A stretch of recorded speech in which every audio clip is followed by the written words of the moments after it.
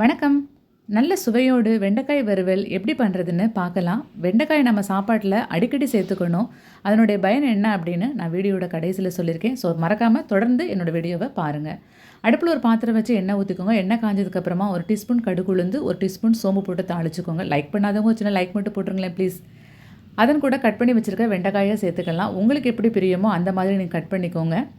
இதை எல்லாத்தையும் கலந்து விட்டுட்டு 1/4 டீஸ்பூன் மஞ்சள் தூள், 1 டீஸ்பூன் தனி மிளகாய் பொடி, 1 டீஸ்பூன் மல்லிப்பொடி, 1/2 டீஸ்பூன் கரம் மசாலா, இது எல்லாத்தையும் சேர்த்து ஒன்றா கலந்து விட்டுக்கோங்க. தேவையான அளவு உப்பு சேர்த்துக்கோங்க. எல்லாத்தையும் கிளறி விட்டுட்டு ஒரு மூடி போட்டு மூடி வச்சுக்கோங்க. 10 நிமிஷம் கழித்து நம்ம மூடி எடுத்து விட்டுறலாம். 10 நிமிஷத்துக்கு ஒரு தடவை இந்த மாதிரி கிளறி விட்டுட்டே இருந்தீங்கன்னா அரை மணி நேரத்தில் நல்ல சுவையான வெண்டைக்காய் வறுவல் நம்மளுக்கு தயாராகிடும்.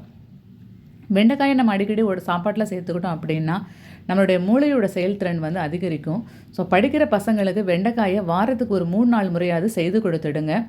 சுகர் பேஷண்ட்ஸ் வெண்டைக்காய் எடுத்துக்கிறது ரொம்ப நல்லது. எப்போ நீங்கள் சமையல் பண்ணாலும் ஒரு ஆசையாக விருப்பத்தோட அன்போடு சமைச்சு பாருங்கள். எந்த சமையலாக இருந்தாலும் நல்லாயிருக்கும். இப்போ தான் முதல் முறையாக என்னோடய வீடியோ பார்க்குறீங்கன்னா மறக்காமல் சப்ஸ்கிரைப் பண்ணிவிட்டு பக்கத்தில் இருக்கிற பெல் ஐக்கானை கிளிக் பண்ணிவிட்டு ஆளுங்கிற பட்டனை கிளிக் பண்ணிக்கோங்க. அப்போ தான் நான் போடக்கூடிய வீடியோ தொடர்ந்து உங்களை சேரும். தொடர்ந்து எனக்கு ஆதரவு கொடுத்துட்டு வர்றதுக்கு ரொம்ப நன்றி. தேங்க்யூ.